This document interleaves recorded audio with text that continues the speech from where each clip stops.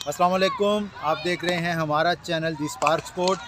कल जो क्रिकेट का वर्ल्ड कप था उसका इख्तितामी मैच था, फाइनल था। और जो भारत जो कि तकरीबन अपने तमाम मैच, लीग मैच के अलावा एक सेमीफाइनल और 10 उनकी जो लगातार कामयाबियां थी उसका सिलसिला भी इख्तिताम को पहुंचा और फाइनल में भारत को शिकस्त हुई। शुएब भाई हमारे साथ हैं। ये पहले दिन से कह रहे थे कि भारत कहीं ना कहीं पे ऐसी जगह पे गिरेगा और लड़खड़ाएगा और उसके पास दोबारा उठने का मौका नहीं होगा। और दीगर जो मैच में कल चीज़ें दरपेश आई हैं उस हवाले से भी शुएब भाई से बात करेंगे। शुएब भाई अस्सलाम वालेकुम। वालेकुम अस्सलाम। शुएब भाई, कल आपने देखा होगा फाइनल, बल्कि पूरी दुनिया जो क्रिकेट लवर है तकरीबन तमाम लोग टीवी के आगे बैठ के देख रहे थे। पहले क्रिटिसाइज़ हो रहा था कि जो टॉस जीत कर ऑस्ट्रेलिया ने बैटिंग दे दी है इंडिया को, तो इसके ऊपर बहुत आवाज़ें हैं जो जहाँ से गुजर रहे थे, कह रहे थे ये फिक्सिंग नज़र आ रही है, इंडिया को जिताने के लिए हुआ है।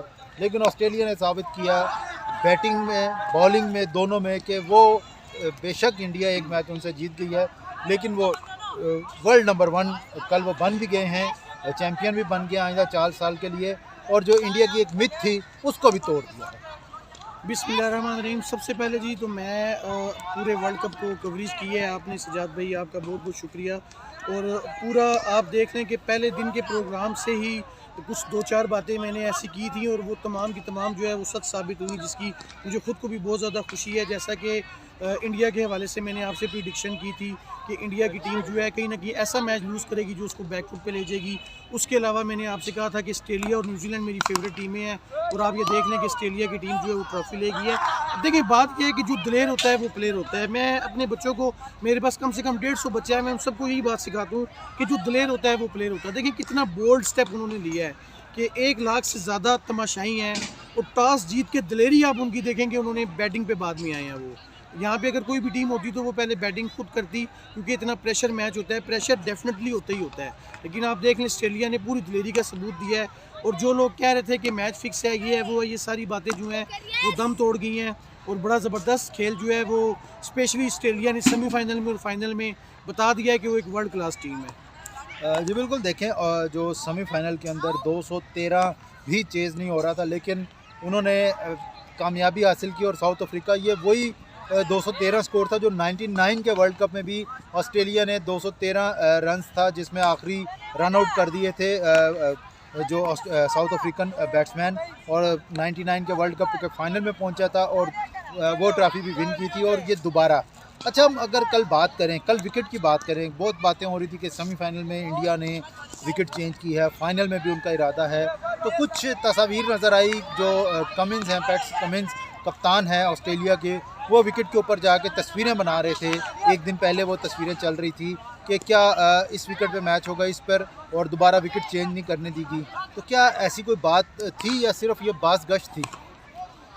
देखिए सर, बात ये है कि ये डेफिनेटली इसमें कोई ना कोई सीन था। ये मेरे ख्याल से ये वाहिद वर्ल्ड कप ऐसा हुआ है इंडिया में कि जो आप देख लें कि पूरी दुनिया में ये बात फेमस हो गई है कि ये मुतनाज़ा वर्ल्ड कप है। ठीक है, तो ज़ाहिर है बॉलों की बात भी आ रही है कि बॉलें जो हैं वो पहले से पहले जो हैं वो ले ली जाती थी। उसके अलावा पिच के ऊपर भी ये बात सामने आई थी, पहले भी मैच में ऐसा हुआ था कि पिच जो है वो एंड टाइम पे चेंज कर दी गई थी। तो जो ऑस्ट्रेलिया की टीम डेफिनेटली आप देखें उसके वो अलावा फाइनल में डीआरएस का भी था, ये बहुत सारी चीज़ें हैं इसमें और भी बहुत सारी बातें हैं। तो पिच की भी हम बात करें तो पिच में भी आप देख लें कि ऑस्ट्रेलिया की टीम डेफिनेटली फाइनल में पहुंची है, तो उनको इस चीज़ का डर था। उनके कैप्टन आए हैं, उन्होंने तस्वीर भी बनाई है, वीडियो भी बनाई है उसकी। और ये देखें ये चीज़ें जो हैं ये बिल्कुल जो है ना क्रिकेट के लिए बिल्कुल ये नुकसानदेह बातें हैं।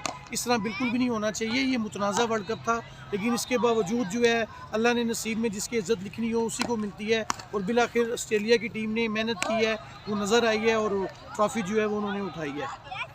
अच्छा, कल जिस विकेट पे मैच हुआ, क्या वजह थी कि पूरे इस अगर हम वर्ल्ड कप में देखें 1 या 2 मैचेस ऐसे हुए हैं जो इतने लो स्कोरिंग गए होंगे, लेकिन जो बड़ी टीमों के माबैन जो मैचेस थे, इवन के बड़ी और छोटी का तो होता ही होता है, दोनों तरफ से अगर बड़ी साइडें भी खेली हैं, पाकिस्तान श्रीलंका का मैच देख लें, पाकिस्तान ऑस्ट्रेलिया का, दोनों टीमों ने 300 प्लस स्कोर किया है।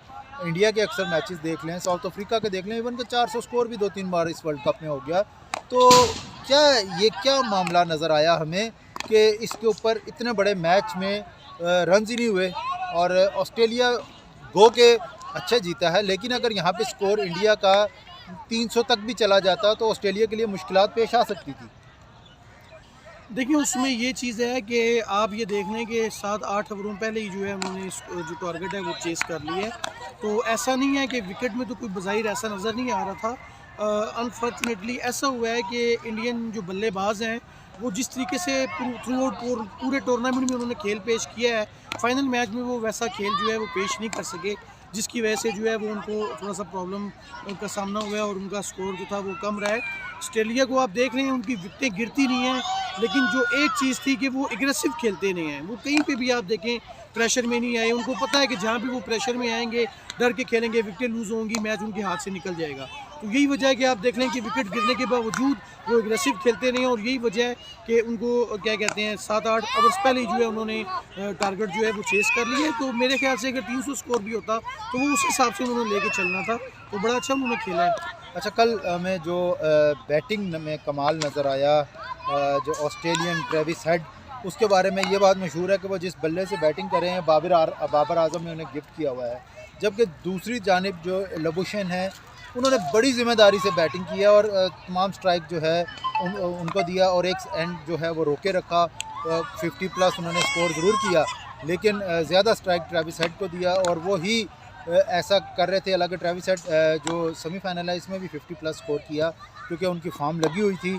तो ये जो प्लानिंग के साथ पूरी एक हमें नज़र आई है टीम, जबकि जो इंडिया की टीम थी जिसके अंदर हमें बड़े बड़े नाम नज़र आए, लेकिन उनकी जो बैटिंग में प्लानिंग है हमें उस तरह से नज़र नहीं आई। उनका यही ख्याल था कि हम भी 300-350 स्कोर बना के शायद इनको नीचे कर लें। तो क्या डिफरेंस नज़र आया इनकी स्ट्रेटजी इंडिया की और ऑस्ट्रेलिया की स्ट्रेटजी में? देखिए जी, सबसे ज़्यादा जो चीज़ मुझे ऑस्ट्रेलिया की अच्छी लगती है कि वो जो है उनके प्लेयर जो हैं वो बहुत एग्रेसिव हैं, दिलेर प्लेयर हैं। उनकी प्लानिंग आप देख लें कि जैसा कि सेमीफाइनल में आप देख लें मैक्सवेल ने उसके अगेंस्ट जो दूसरे प्लेयर से कितनी बॉलें उन्होंने खेली हैं, उन्होंने अपनी विकेट सेव की है। उधर से मैक्सवेल जो है वो पूरा, बात सिर्फ ये कि प्लानिंग की बात होती है, प्लानिंग उनकी बड़ी ज़बरदस्त थी। सेम प्लानिंग उन्होंने इसी तरह फाइनल में भी की है कि अगर उनके खिलाड़ी आउट भी हुए हैं तो उन्होंने प्लानिंग के साथ चले हैं, प्लान करके वो आए हुए थे और उस प्लानिंग के तहत चले और वो उसमें कामयाब हुए हैं। तो अभी तो ये मामला जो है वो ख़त्म हो गया और नो डाउट कि इंडिया की टीम भी बड़ी उठ के हमारे सामने आई है, अच्छी उन्होंने परफॉर्मेंस दी है। लेकिन अब जो आगे मामला आ रहा है पाकिस्तान और ऑस्ट्रेलिया का, जिसके लिए काफ़ी सारी तब्दीलियां भी हो गई हैं। चीफ सेलेक्टर भी वहाब रियाज़ को बना दिया गया है और इसके साथ साथ वहाब रियाज़ आजकल जो सूबाई वज़ीर खेल भी हैं। तो वहाब रियाज़ इस कैलेबर के बंदे हैं कि इतनी बड़ी जिम्मेदारियां वो संभाल लें। इवन कि अभी तक उन्होंने क्रिकेट से रिटायरमेंट भी नहीं ली। हम कह सकते हैं कि अभी वो प्लेयर हैं, अभी वो अवेलेबल हैं पीसीबी के लिए या दूसरी जो फ्रेंचाइज हैं। तो क्या ये कंट्रोडिक्शन नहीं होगा कि अपनी टीम के जो प्लेयर होंगे जिसके वो फ्रेंचाइज में खेलते हैं तो उनको भी ऊपर लाने के लिए वहाब रियाज़ कोई किरदार अदा करेंगे, या बिल्कुल ऐसा न्यूट्रल होकर वो अपनी टीम की सिलेक्शन में अपना किरदार अदा करेंगे? देखें, ये बात आपकी बिल्कुल सही है। वो तो खुद अभी जो से हैं वो प्लेयर्स हैं और प्लेयर्स को अभी मेरे ख्याल से कबल वक्त जो है आपने पहले ही जो है उनको इतना बड़ा ओहदा भी आपने दे दिया है और बड़ा उनको पूरी कमान जो है वो आपने, मोहम्मद हफीज़ हो गया और ये वहाब रियाज़ हो गई। तो मेरे ख्याल से आपके पास और बहुत ज़्यादा स्टफ़ था, बहुत ज़्यादा सीनियर थी। एक चीज़ की जो है वो मुझे बहुत ज़्यादा खुशी हुई है, जैसा कि मैंने पिछले प्रोग्राम में आपसे कहा था कि इंडिया की जो अंडर 19 की टीम थी उनको ड्रेविड ने देखे कहाँ से कहाँ पे पहुँचा दिया है। तो अभी जो है हमारी अंडर 19 की टीम के जो कोच हैं वो उन्होंने उनको मोहम्मद यूसुफ भाई को लगा दिया है। तो ये एक बड़ा अच्छा साइन है। लेकिन जहाँ तक बात वहाब रियाज़ की है तो मेरे ख्याल से अभी वो इस चीज़ के लिए मुझे नहीं लगता है, वो प्री मिच्योर ही मुझे लगते हैं। किसी मिच्योर बंदे को जो क्रिकेट खेल के के जो खेल के फ्री हो चुके हैं तो उनको जो है ये इस तरह के अहदे जो है वो देना चाहिए। तो वहाब रियाज़ को भी खुद फिट हैं और अच्छी क्रिकेट खेल सकते हैं। बहरहाल अब ये देखें, अब तो ये इनके आने से ही पता चलेगा, जब ये लोग काम करेंगे तो पता चलेगा कि इनकी जो वर्क है वो उन्होंने कैसा किया है। बहरहाल ये है कि रिस्क लिया है, देखें अब इसका क्या बनता है। अच्छा, जो बात मैं पूछ रहा था कि क्या वहाब रियाज़ पेशावर ज़ल्मी से खेलते हैं, तो क्या मैं जो बात कहना चाह रहा हूँ वो ये है कि क्या वहाब रियाज़ जो अपने साथ खेलने वाले हैं उनको प्रेफर करेंगे? ये ऐसी एक चीज़ नज़र नहीं आ रही कि वहाब रियाज़ को या तो क्रिकेट को छोड़ देना चाहिए, रिटायरमेंट का ऐलान कर देना चाहिए, क्योंकि इतने बड़े ओहदे में फिर जो हम कह सकते हैं कि चीटिंग नज़र आएगी कि जी अपने जो मनपसंद प्लेयर या फिर वो प्लेयर जो बिल्कुल अभी वहाब रियाज़ जिनके साथ खेल रहा है या कोई ऐसे प्लेयर हैं जैसे मोहम्मद आमिर बाहर बैठा हुआ, वहाब रियाज उनके साथ खेलता है और अभी तक खेल रहा है, मुख्तलिफ फ्रेंचाइज में खेल रहे हैं दोनों। तो ऐसा तासुर जाए, बेहतर ना होता कि कोई थोड़ा ऐसा सीनियर प्लेयर जो कि 8-10 साल से रिटायर्ड हो चुका था, जैसा कि हमारे पास यूनुस खान मौजूद हैं, उनके ऊपर किसी किस्म का पूरे कैरियर में कोई दाग नहीं है, कोई धब्बा नहीं है, तो ऐसा कोई प्लेयर, इसके अलावा और भी हैं, उनको लगा दिया जाता। जी बिल्कुल, यूनुस भाई तो वर्ल्ड क्लास है, आपको पता है उनकी एक क्लास है और दुनिया में जो है उन्होंने अपना लोहा मनवाया है और मोस्ट सीनियर हमारे जो हैं वो क्रिकेटर्स हैं। तो ये बिल्कुल आपकी बात सही है। और वहाब रियाज की जहाँ तक आप बात कह रहे हैं, देखिए अगर तो वो किसी को, अब ये पोजीशन बन चुकी है कि अगर वो मेरिट में भी किसी को लेके आएंगे ना, तो वो दिखने में यही लगेगा कि यार ये इन्होंने अपने ओहदे का फ़ायदा उठा के और उनको ले आए। ये सब बातें ये तो फिर होनी है, ये तो फिर आपको फेस करना पड़ेगा इन बातों का। चलें देखते हैं जी, जो एक पहली असाइनमेंट मिली है मोहम्मद हफीज़ को, वहाब रियाज को और इसके साथ मोहम्मद यूसुफ को, तो वक्त के साथ देखेंगे कि क्या साबित करते हैं। लेकिन जो कप्तान का फ़ैसला हुआ है दोनों जानिब से, इसके ऊपर बहुत तनकीद हो रही है। कुछ शाहिद अफरीदी और जो इनका रिश्ता है, जो कप्तान बनाए हैं शाहीन अफरीदी, सब इसको लेकर भी बातें हो रही हैं। और दूसरे नंबर पर जो बात हो रही है, जो टेस्ट कैप्टन बनाए हैं शान मसूद, उस हवाले से भी।